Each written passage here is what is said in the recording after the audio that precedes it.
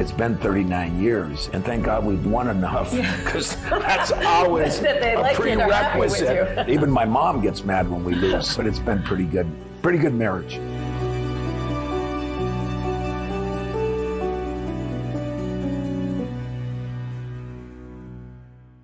Do you ever get tired of people saying, oh my God, Tom, I was here when you were here doing this. I was here whenever. I mean, it feels like Michigan State, thousands and thousands of alums like me are walking around there and feel like they connect with you every single time.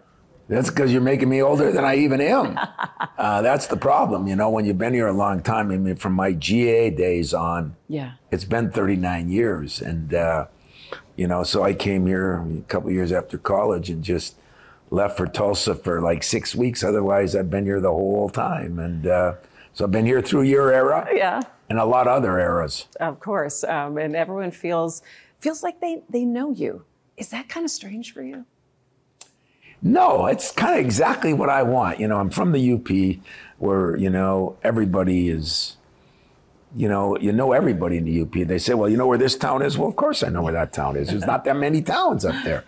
But then when I came to a school like this, to me, Michigan State's a blue-collar university, you know?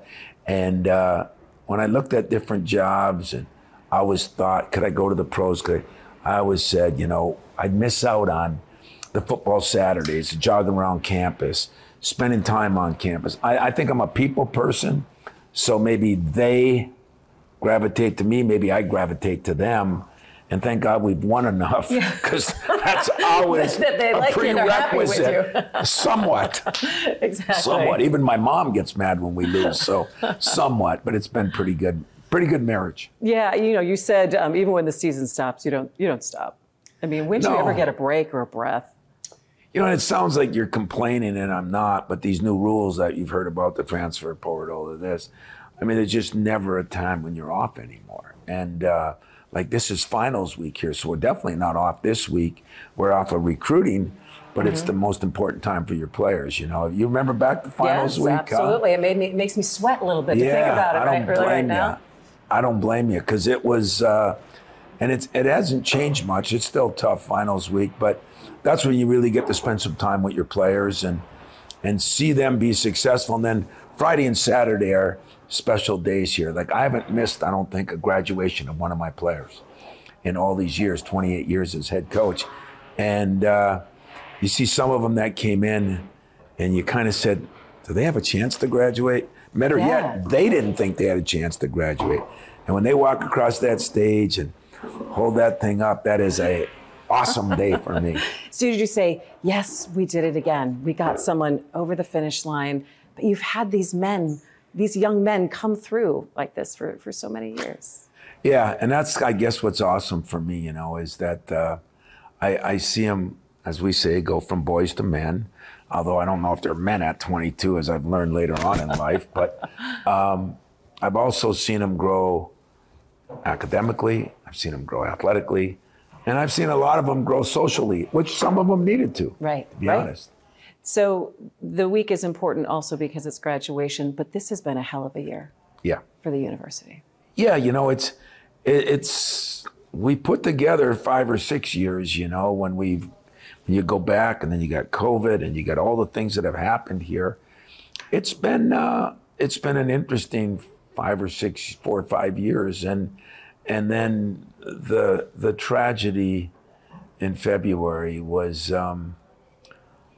you know, it hits so home, especially when you have a son here. You know, you have a son in college, or daughter in college. I'm sorry, and it hits home a little differently. You know, you take off your coach hat, you put your parent hat on, which you're kind of a parent when you're a coach, but you know what I'm saying, and it hits directly home. My son was in front of the building picking up his girlfriend. He was at the union. Yeah, and they whisked him off, told him to get off, and you know, you get a call that he's bunkered down with a couple of people here because nobody knew what was going on, and so when you've been at a place this long, you kind of look at it as not my university, but our university. You know, it's not just a place I went to work at. You know, so that even hits home a little bit more. Would you say that you're a bit of the father figure of the university? When you came out and you spoke 2 days after the shooting, you seemed to be the person that people wanted to hear from. Michigan State is my home. Everyone thinks I'm a Yooper. Yes, that's where I came from. But virtually all of my adult life, I've been a Spartan. I've seen some incredible highs. And yes, unfortunately, there have been some devastating lows. But as a Spartan, we always get through it together. We're Spartan tough, Spartan strong. If you need proof, look at us all standing here tonight. Each and every one of us. We've come for many different reasons. To heal, to grieve, to honor our victims, to stand up to fear, which you're going to have to do a lot in your life. Whatever you're feeling, it's all valid. That's a privilege. When you say that, that hits home. I mean, put it this way, I would embrace that. It's not a burden, it's a privilege. And it's because I've spent time here, but I think I do relate to them. And then I've gone the full circle, you know. My family was raised here. My 2 kids went to school here. And so I can look at it as an employee, as a coach, and then as a parent. And when I thought about what I wanted to say that night, and my SID, Matt Larson, and I, we sat down, Mex, I normally go off the cuff a little bit more. Right.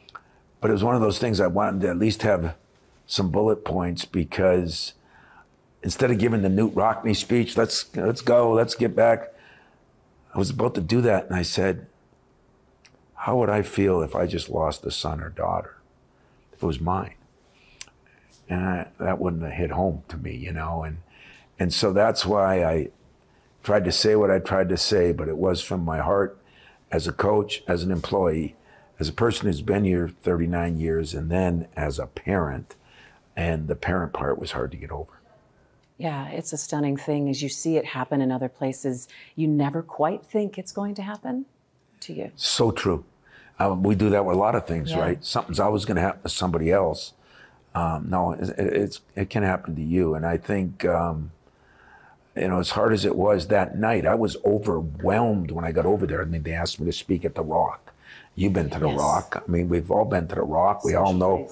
Yeah, special place. There's a little something on there. And, a few people gather around. And I came walking around the corner and I looked and I said, oh my God, the number of people that were there. And as I got up to the podium kind of, and we sat up there with the governor and the president, and I looked out, there were so many students, but there were so many people from the community. There were professors, there was a 90-year-old lady over here and a 100-year-old guy over here. And you just realize what an impact this has, and how this place is more than just a university and a school. It's part of the capital of our state. It's part of the community. And that made me feel good. And everyone could visualize where this had happened. Oh, yeah. So many people could, whether it's Union, Berkey, and then you there at the Rock. When you stepped up, was it a deep breath and here it goes? It was. It was a deep breath, because, this day and age, I mean, you have to speak in front of a camera all the time. I just got to make a fool of myself in front of one. I don't always have to speak. And, so many things are right and wrong now, and politically right and wrong. And you're wanting to set the right tone or say the right thing in a place where sometimes there aren't the right words. You just hit the nail on the head. And that's what it was. It was, as I said, hey, we got to get up and keep moving forward. There was the Rockney part of the speech. And then there was my God, this just happened it could happen to my son or daughter. My son was outside the door. And I thought of those parents. In fact, I got to meet one of the parent here in our building. She came up for an FBI thing. a meeting, and the parents were unbelievable people, unbelievable. I mean, I could have never done what they did within a month later or whatever it was. And that actually consoled me more than I consoled them. I mean, I just said, wow, what a role model, what a way you're handling this and how you're handling it. But that night, yeah, there's no words that are magical. There's no words that can bring anybody back. And so it's just about, you know, have some compassion, have some understanding, have an appreciation for all the people that were there, that were scared and worried, and, you know, could something happen right when we're here? I mean, that's the day and age we live in, unfortunately. Probably the toughest thing, and the one that bothered me as much as anything, was when it happened that night, when I got a call from my son, and, you know, we got all our players, and you figure you got everybody safe. And then the next morning, we were not allowed to come back into the buildings, you know, supposedly. And they asked everybody to kind of, even though they had you know, found the guy who did it, could have been more than one. There were other issues. And so I had a team meeting at my house. I asked everybody to come over to my house. And I started it with, I have no idea what to say to you. I have no blueprint. I blame the guy that was here when you were here, Judd Heathcote. I said, he didn't leave me this chapter of the book. I said, but unfortunately, you're going to be more prepared for this than I am, because you're going through it. And that made me sad and mad, you know, that I'm thinking, I'm talking to kids, and they're going to be able to talk to their kids and say, yeah, I know how to deal with this a little better because I went through it. What a thing to have to do. And so that morning, when I said it, I kind of like looked in the mirror at myself and said, what are you saying? And it was the truth. And they all looked around, and, you know, didn't feel good that they're going to be more experienced than I was at this, understood what I meant, and that made it easier for me. To be able to kind of, I think, impart that kind of lesson. And you talk about you're raising kids. Yeah. This is what you've done for 28 years as a head coach. But in that moment to say, I'm stepping back kind of as the coach, you might have more of the answers than I do at this point, is a bit of a reversal there. It was. And I think what most of the people like about me here is I'm honest about it, you know, and not always in some of those press conferences it worked to my advantage, but usually that's what I do. And I wanted them to make sure, no, I'm with you. I'm learning right with you, because I haven't had to go through this, nor should we have to go through this, but these are the cards we're dealt, so we're going to do it together. And that made the age difference even, if that made any sense. And then to have to go out and do the rest of the season.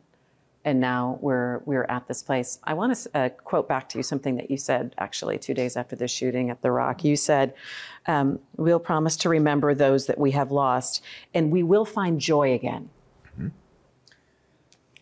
And finding that joy, well, as you know, how hard is that? Yeah, and for us, I mean, we had to play Michigan, our rival, in the next game. That's right. And give them credit. They did an unbelievable job for all of us. Because I think, like everybody, like I went through, they kind of looked in the mirror and said, hey, this could happen here. And it could happen at Northwestern, and it could happen at Ohio State and Duke, and it doesn't matter where. And but still, it's your rival game. You know, you got a couple practices before that are usually pretty lively, and you know, where do you go with it? You know, and I swear I spent a lot of time just thinking, how do I approach things? Because I didn't know. And then I figured out that I got to be me. You can't be phony. And so I made sure that, you know, we talked about the people we lost. I went to the hospital and visited all the kids that were in the hospital. And yet I wanted to make sure our players know that, unfortunately in life, you do got to move on. It's just the way it is, you know. It's helping me think the day I retire. Jed always told me, you know, it's like putting your hand in a bucket of water. Once you pull it out, that's what's left, you know. They're not going to miss you then. And that's okay. I mean, it's time for somebody else. Well, in this, when you lose a life, it's hard to give those same kind of illustrations. So I just said, we've got to, we're going to play these games, and we're going to like reach out and hug 15,000 people. Because I'm probably the opposite of a psychiatrist or psychologist. You know, some people say everybody looks at things differently and everybody deals with them differently. Right. But I never, ever, ever figure out how anybody'd want to deal with anything alone. You know, I don't want anybody to be alone when they're going through tough times. I want them to know that I'm going to be there. Our fans are going through tough times, and every one of them I knew were taking it differently. So what could I bring to the table? Well, I could, you know, help play well and bring some joy for, maybe it's only for 2 hours, but it helped the healing process. Distract. Yeah, and it helped the healing process. So that's kind of was our battle cry. And yet, even in the pregame talk at Michigan, you know, we're not forgetting the people, because that's when my parent hat went on. And I said, you know, are the parents watching the game tonight? I mean, they're doing something. And I'm saying to myself, as a parent, I wouldn't want them to forget about what happened, but I'd want them to feel good that it was a small way, our way of honoring. Yeah. You know, in a very, very small way. But I was told by enough people, I met with some medical people to figure out how to help my players, how to help me. And that was it. You know, you got to start the healing process. And if basketball or my team or players started the healing process, wearing a shirt, if that started, you know, make sure that we were all in this together. And I think that's how I'd want to be through a tragedy. I know you need downtime, and you've dealt with stuff, and I've dealt with stuff, and you need your alone time. Dang, I hope it's not for very long. Yeah, because you need a community. You need to know you aren't alone. Yeah, absolutely. And that's how I came to the realization that it's okay to play a game. It's okay to be the same, you know, even though the pregame, the national anthem, the moment of silence, that was hard.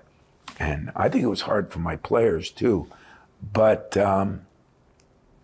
once that first ref made a bad call, I still jumped him. You were in it. I was in it.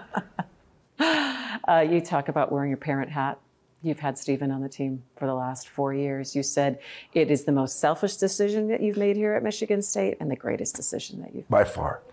By far. You know, I've told you, and you can appreciate this, and anybody that works a lot of hours and misses out on, I think I saw 5 of his games his senior year of the 20, you know, you just don't get the stuff because, better choice of words, you're not raising somebody else's kids, but you are raising someone else's kids.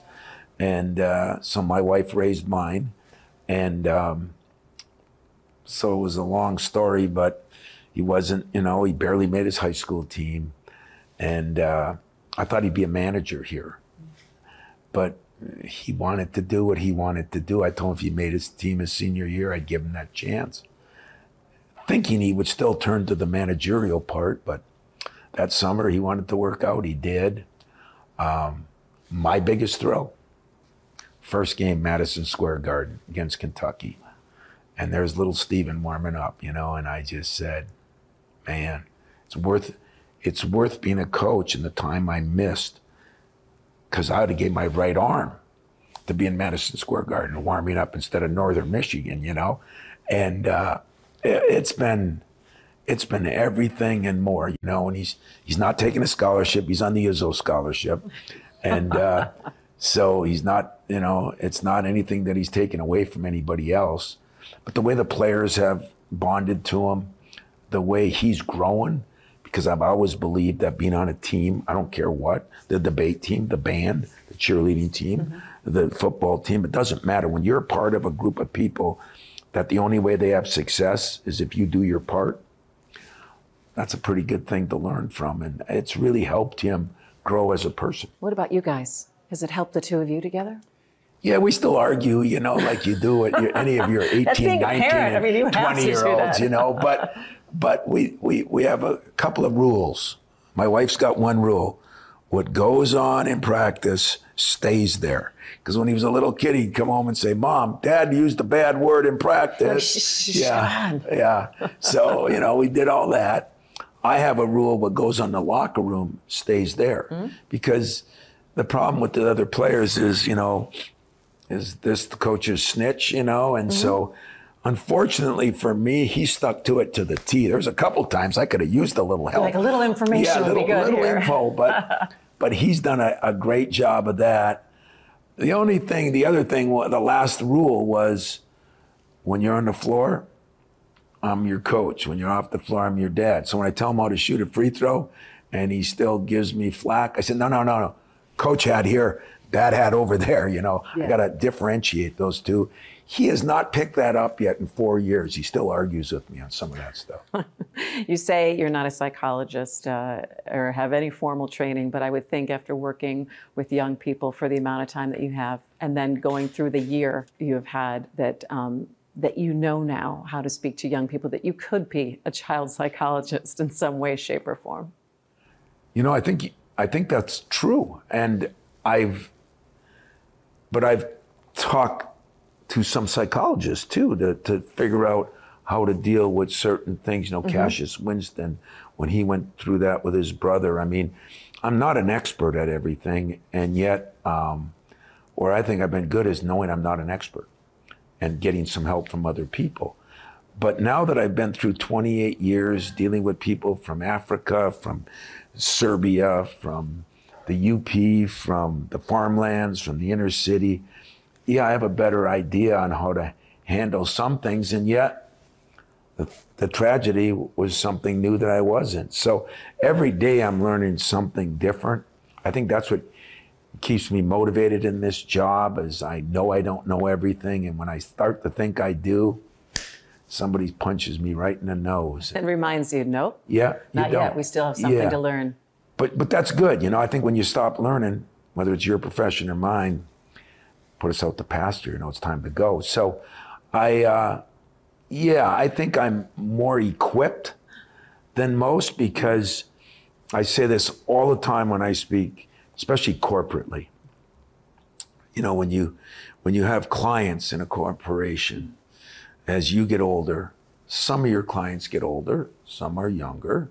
You know, mine are 17 to 22, no matter how old I get.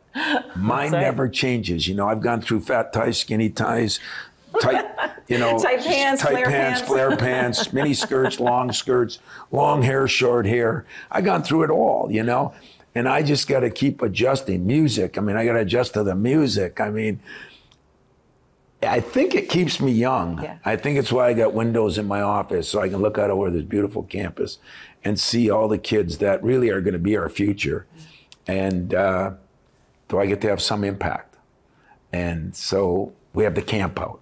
I still camp out with students. It's awesome. Last year there were 1,400 tents. I mean, it was just awesome, you know. And those are the impacts you want to make sure those people know someday they got to give back too, because there'll be little eyes watching them too. So what would you say to the class of 23 graduating this weekend? I'd say you're as important of a class as we've had in a lot of years, because they've gone through COVID, something that our country never dealt with. Unfortunately, some of them only were in class of the 4 years for a year and a half. You know, you got to go every day, you know. You got to meet new girlfriends, you got to meet a few boyfriends, you got to interact with people. Absolutely. True campus life. Our kids didn't get to do that. My kid didn't get to do that. I mean, up in our recruiting lounge, we put an arcade room up there so they wouldn't lay in their rooms, because we were testing every day and still practicing. And we had to find a way to keep them, you know, motivated and engaged. And so I think those kids have been through something that you and I haven't been through. So, you know, you got to look at it that way. I think they've learned, you know, our country has changed a lot. We've had the social injustice we've had all in the last 4 or 5 years. We've had COVID. We've had more tragedies on a lot of campuses. So they're our future, man. You are our future. And somebody in that class is going to be president.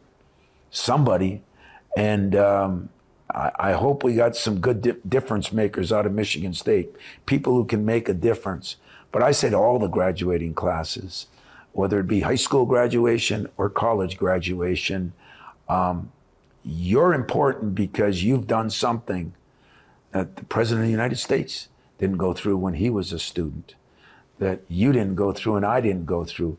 They're special people. They've made it through it. Now, are they willing to confront the problems and demand that there's change? Can we confront the problems that we all have that aren't right about our world right now? And can we fight to demand that they change? That takes a special person. You're the class that can do it. Yeah. All right. Thanks, Tom.